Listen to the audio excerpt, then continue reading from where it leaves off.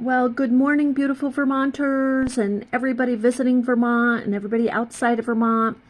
And if you love birds, we're finishing up the bird little chart here. And we have a snowstorm outside today. It is cold. It is like a little blizzard. It looks like a mini blizzard to me. It's coming down very fine and but consistently. So we'll see how the rest of the day goes. But I gave a little bit extra. I gave some soot to the birds this morning with their bird seed as I was starting to pull back. And then the snowstorm came in, so I just am giving them their regular feed today. And they eat it right up. I mean, it just goes. So there's nothing left, really. But so we'll start with the house finch today, and then I'm going to do a video. I'm going to drop a video right after this one on garden plants that are good for your birds from the Audubon Society for Vermont. And then there was a free chart I found that I'd also like to share with you. So we're going to start with these beautiful house finch. These are one of my favorite birds also. I just adore these little birds. And I had gotten finches many, many, many years ago. And we think I'm allergic to them. I don't know. I'd love to get some again. You got to get a big enough cage so you can have a couple of them at a time. And of course, these are wild finches, but it says house finches are residents in Vermont all year. They do not migrate, and they appear in 7% of the checklists. And that just could be because people don't see them, because it says they're up here all year. And then it says 10% of the winter checklist. And so they are tiny. The house finches have little red heads and breasts, and the rest of their bodies are mainly brown streaked. And the females are brown streaked all over.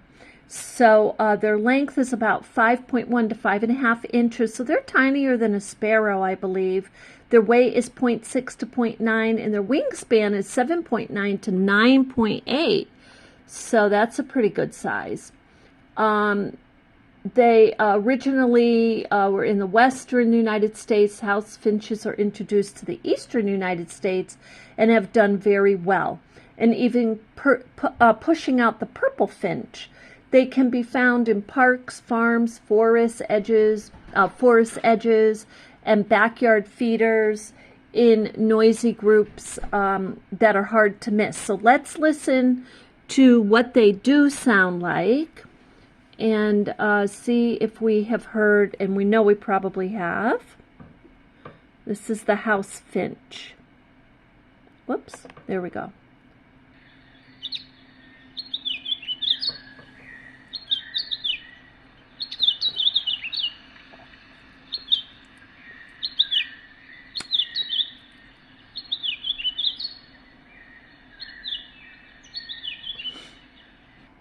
That's such a beautiful, beautiful, high-pitched sound.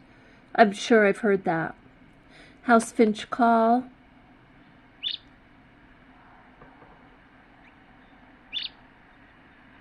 A little bit different.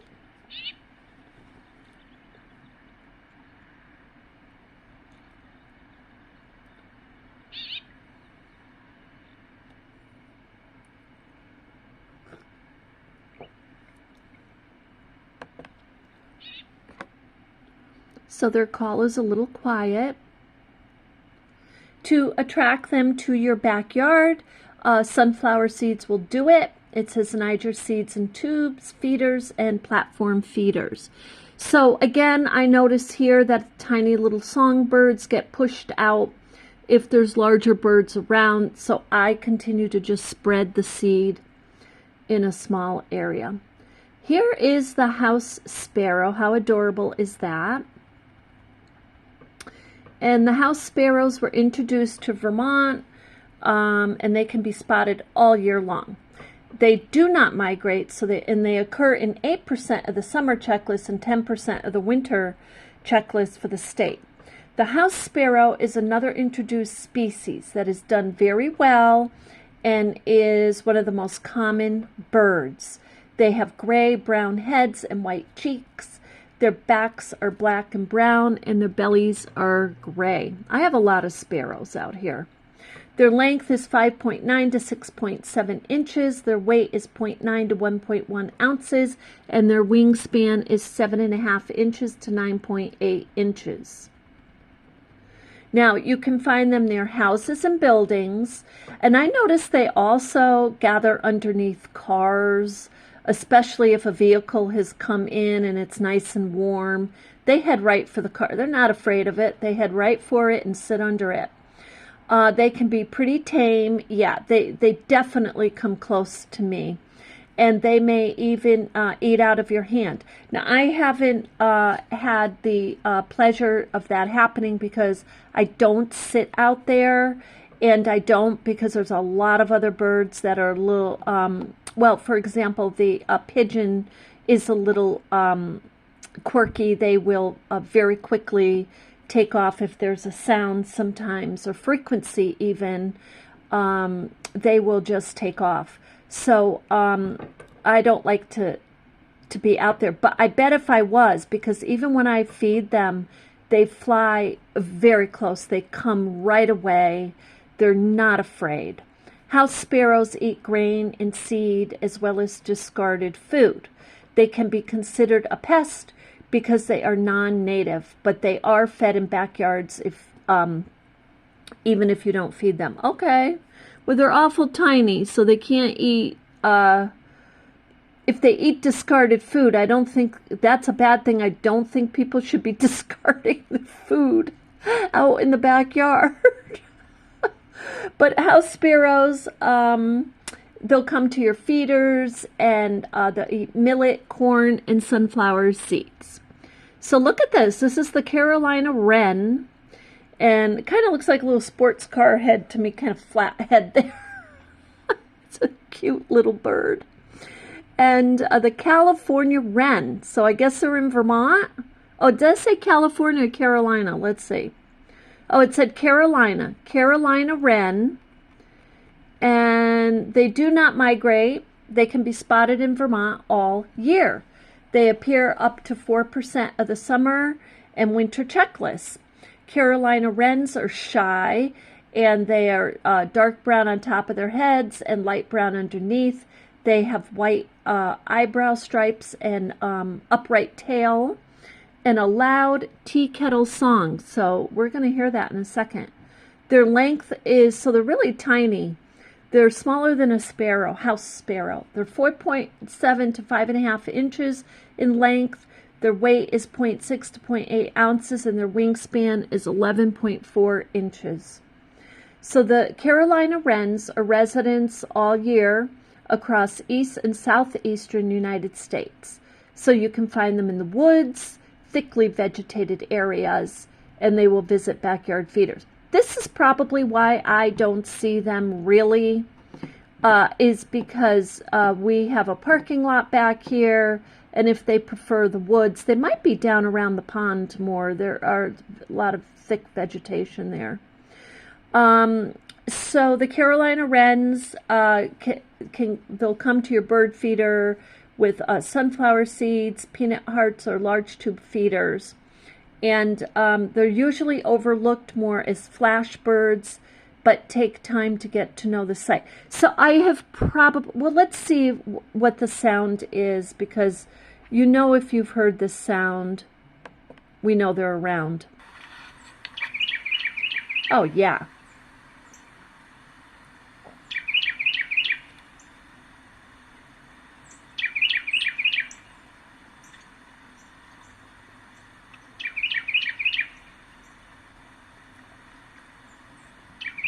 It's a pretty good sound for such a tiny bird.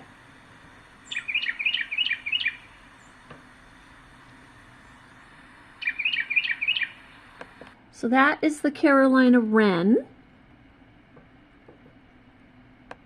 And we're going to look at, here is the northern mockingbird. Look at that bird. That's beautiful. It's kind of like a silver bird. Looks like it's in a dogwood tree. Let's see what they say here. The northern mockingbird. It can be spotted in Vermont all year long. They're medium-sized bird with small heads and long tails. They are gray-brown color and slightly paler on the underside of their back than their back, and they have 2 white wing bars visible in flight. So their length is about 8.3 to 10.2 inches, a good sized bird. Their weight is 1.6 to 2 ounces, and their wingspan is 12.2 to 13.8 inches. Pretty good size, yeah.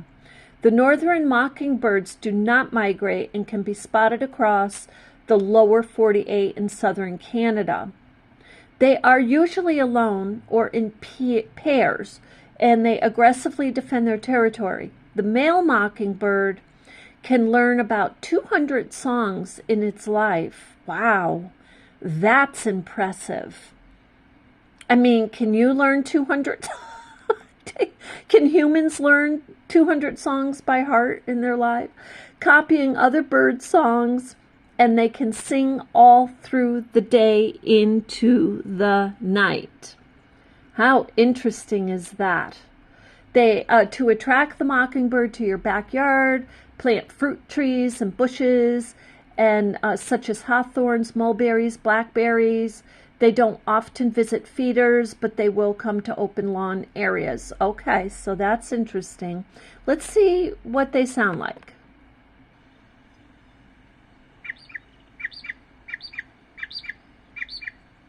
Maybe that's their original sound.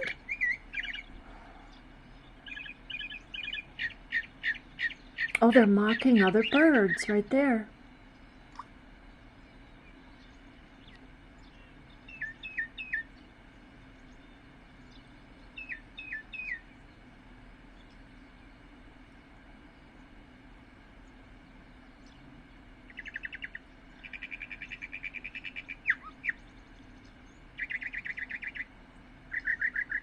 I have heard that sound, yes. I have not seen the bird.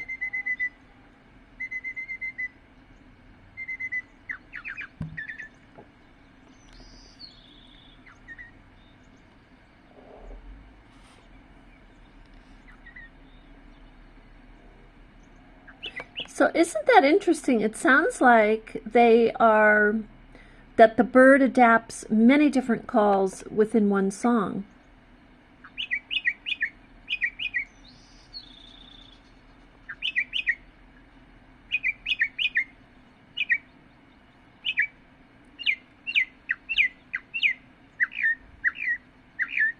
Sounds like he's saying, come here, come here.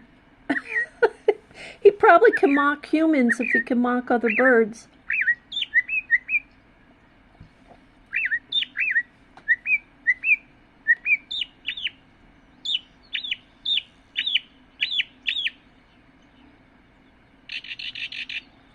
Sounds like a chickadee right there.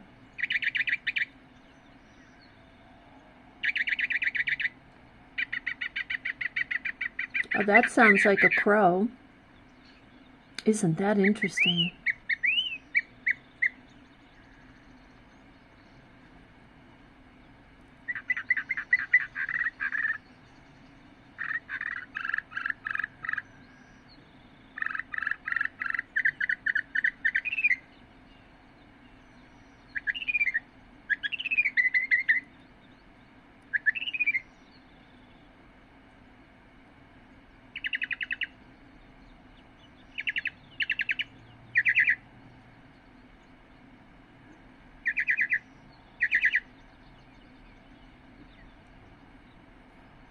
Wow, I find that fascinating.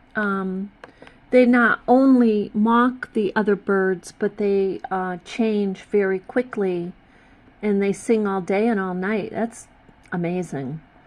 So it's definitely a defense and a communication thing going on. Look, this is the yellow warbler. I think this is our last bird for this series. For this free chart that we got from Bird Advisors. Check it out. I put the link in the content, but this is the yellow warbler. I have seen this bird. Isn't that beautiful? Stunning. Yellow warblers are spotted during the breeding season in Vermont and occur in 24% of the checklist. They arrive in April and they start to migrate in October. So yellow warblers are bright yellow birds with a yellow back, and the males have chestnut streaks on the breast. The length is 4.7 to 5.1, so again, they're like size of a sparrow. Their weight is 0.3 to 0.4 ounces. Their wingspan is 6.3 to 7.9 inches. So the yellow warblers, they migrate a long distance to breed in Canada and the United States, except for southeastern states, before heading back to Central and South America for the winter. However, they can be seen during migration, so that's April till October, as we were seeing. They'll be coming to Vermont. You can find yellow warblers along streams, wetlands, thickets, and along the edges of fields, forages, insects, foraging for insects, caterpillars, midges, beetles, bugs, and wasps. That's why I see them, because of the pond. So there's a lot of insects in that area, and it's a wetland. So to attract the warbler to your backyard, get some soot, oranges, so maybe orange peels too. You'll get other animals with the oranges, so you might want to be a little strategic about that one. Peanut butter, plants and berries. Also plant native plants that attract insects without pesticides or being too tidy. Also try bird baths and fountains, so near secluded thickets, to provide protection. So this colorful and melodious migratory birds don't stick around for too long. So to be sure to check out, it tells you where to go to check out more warblers. So we're going to go up here and listen to its song.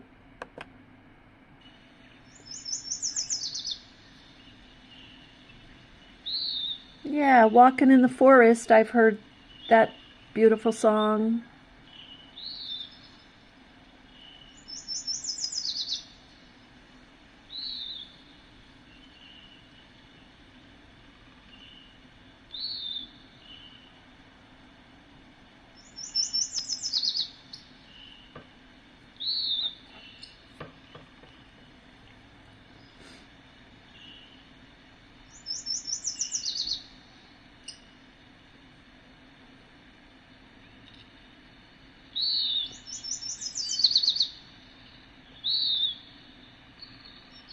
That's beautiful. That's the warbler. So I do believe that is the last of the birds here. Let's just double check. But this gives a little more info. Let's just see what they say here. Common birds at different times of the year in Vermont. The birds that are attracted in the backyards in Vermont change throughout the year.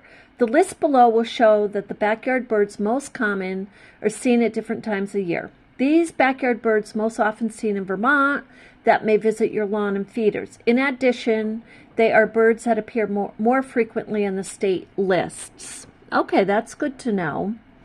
Birds that are not often seen at the feeders or the backyards were removed to give you the birds in Vermont you're most likely to see. Okay, so they're giving us a selected list, is what they're saying. So backyard in the winter, where we're just coming out of, we'll read that one first. Black-capped chickadee, 60%. That's why I see so many of them. The blue jays, 42%, but I don't see them. Maybe you do in your area. Let me know what birds you see. I'd love to hear. The American crow, 39%. We have a family here. White-breasted nuthatch, 34%. Dark-eyed junco, 33%. I just saw some more of them. We have a family of them here. So downy woodpecker, 32%. Northern cardinal, 28%. And we have cardinals here too. Tufted titmouse, 28%. American goldfinch, 27%. And the mourning dove, 25%. Mourning doves are very tame. I have a family of them here also, and they're just lovely. Now, for the summer, we can expect to see the American robin, 60%, the song sparrow, 52%, the black-capped chickadee, 49%, red-winged blackbird, 46%. We have lots of them. American goldfinch, 46%, the blue jay, 43%, the American crow, 42%, the common yellow throat, 37%.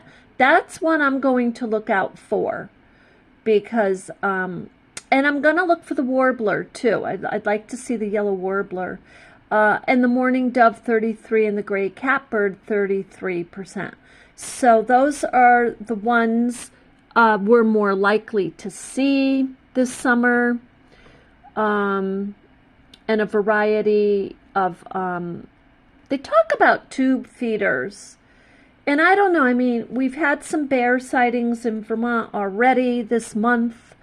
And what happens is those bear goes for those tube feeders. I tend to think it's safer and easier for the birds to get food if you spread it out in a small area so they know where they're going and they get the food pretty quick. And then there's really nothing left for the bear to be attracted to during, if it does wake up early, so to speak. But this says if you have a tube feeder and that's the way you want to go, black oil sunflower seeds attract goldfinches, chickadees, woodpeckers, nuthatches, and pine siskins. Seriously, I don't know what a pine siskin is. Maybe you do. I don't think we covered it in our list. So they're just kind of giving us a summary here. Ground feeders or tray below tube feeders, they suggest black sunflower seeds, and they attract cardinals, jays, finches, and sparrows. Excuse me, I have to drink my coffee. The platform feeders, they say put millet and corn, and they attract the medium-sized birds, such as sparrows, blackbirds, tuis. I don't know what that is. We'll have to look up some of these other birds. Juncos, doves, grackles, and starlings. You know, the other day I was telling you I've seen absolutely no starlings, and we have lost our family of starlings. But I was driving up the street, and I saw a whole bunch of starlings, and they were just over a field on the telephone wires, and I think that's where they moved to. However, I saw 2 starlings out in my eating out here the other day. But that's a big difference from, I mean, the group of them, like hundreds, they moved up the street. And that's because the field that they used to eat in and live in is gone because of a building. Peanut feeders attract woodpeckers, chickadees, nuthatches, titmice, jays, juncos, finches, and sparrows. Soot feeders are great, especially in the winter for woodpeckers, cardinals, nuthatches, kinglets, wrens, and chickadees. The hummingbird feeders attract hummingbirds, but they also attract other birds. So we do have hummingbirds up here in Vermont. They didn't put them on the list as common sight, but they are up here. And it says how to attract birds to your yard in Vermont. Provide the bird feeders to get with different, for different types of birds, because you know the bigger birds are not going to be able to sit up on a tube feeder, especially if it's small. Provide water. So this is something I provide every day, especially when it's freezing cold out. Boil water so it's lukewarm by the time they get to it, and I'm putting out the seed. And it's just a little bacon dish actually, but it's enough. Like the pigeons can step into it, and they do. They actually step into it. But it's got to be cleaned every single day. In my opinion, that's what I do anyway. Grow native plants that will provide food and shelter. So plant trees, shrubs like fruit, berries, and nuts, blackberries, wild grasses, elderberries. Lemongrass is a good one to grow and easy. to grow. Service berries, oaks, beeches, cherries, sumacs, hemlocks, purple cornflowers. We have those out here. Sunflowers, and those are easy to grow. Milkweed. Milkweed is also needed for the butterflies, so we really need milkweed. Cardinal flowers, trumpet honeysuckles, Virginia creeper, and buttonbush, and dogwoods. So I just want to share with you too, I'm going to be doing a project, and I want to get, I think you can buy butterfly kits like the caterpillars, but I want to contribute to trying to increase the butterfly population. So I'm going to be helping some butterflies hatch. So I'm going to be looking into that project next. I'll share that with you. Let your grass grow long to provide cover and seeds. I think that's so important. Nowadays you see them cutting the grasses down, and the grass will burn easier if it's cut super short. So yeah, let it grow a little longer. Leave a brush pile and provide food, protection, and nesting opportunities for birds. Don't use pesticides and herbicides, as they may be toxic to the birds and prevent the natural foraging opportunities for the insects, seeds, and birds. So also those pesticides and herbicides, if you throw them out into the wild, if you discard them like that, they, let's say, whatever the bird is hunting, let's say you have a hawk that's hunting varmint or mice and they eat the pesticides, people don't realize that when they eat that mouse, they're getting that too, and it could make them sick or you know, unalive them. Set up nest boxes to attract breeding birds and ensure that they are clean every year. So try to contribute to cleaning your nest boxes. How to identify the birds in Vermont. So this gives you, this is nice that they're giving us these tips. Yeah, here's some tips to identify them. So their size. The size is the easiest thing to notice. I noticed that too, right? As we were going through the list, we noticed they're giving us the length of the bird. It was very quick to notice, you know, the bird is either 5 inches or 6 or 7 inches. So birds are often measured in inches in the guidebooks, and they are categorized in terms of small, medium, or large. So a small bird is about the size of a sparrow, the medium bird is the size of a pigeon, and the large bird is the size of a goose. So, okay, you know, we have geese that come and sit over in the reservoir, but only certain times and certain lengths of time of the year. Their shape. Take note of the bird's silhouette and jot down a few things that will help you remember them. Like their bills, you know, if it's like a grouse beak, that stands out to me. The length of the bill, the shape, the wing shape, and overall the body shape of the bird. And you know, when you look at their images, there's something that might stand out to you. So when you see them out in the wild, that will help you identify them. Their behavior. Do they like to jump, you know, do they like to hop on the ground, or will you see them up in high up in the trees? Do they like to be in flocks, or do they like to be on their own? Are there certain places, I'm just going to add to this a little bit. Are there certain places that they nest? Do they like to be around the pond? You know, will you see them near the house? Are they more of a farm bird? Are they more of a woodland bird? So all these will help you. Oh, and here they tell us here, habitat. Woodlands, parks, shrubs, grassland, meadows, the shore, the marsh. You know, something they didn't mention here is a sandpiper. Sandpipers are near, we have a few over here. Because of the pond, we have a few, and they nest near over there. Usually you see them at the shore, the ocean, but we have a few here, and when you walk by, you know it's a sandpiper because they're going to run up on that ground and they're going to take flight and try to attack you if they have a nest. So anyway, I think that is it. And that was just a wonderful, wonderful resource, I think, that we went through. I just really enjoyed it, and I enjoyed sharing it with you. this is the kind of thing that, you know, if we all share a little bit of knowledge, we can help our wildlife. They do need help nowadays, in my opinion. I think that they need help where they can get it. So with that, you have a beautiful, beautiful day. And I'll be dropping a few more videos on vegetation for our beautiful Vermont birds. You have a beautiful day.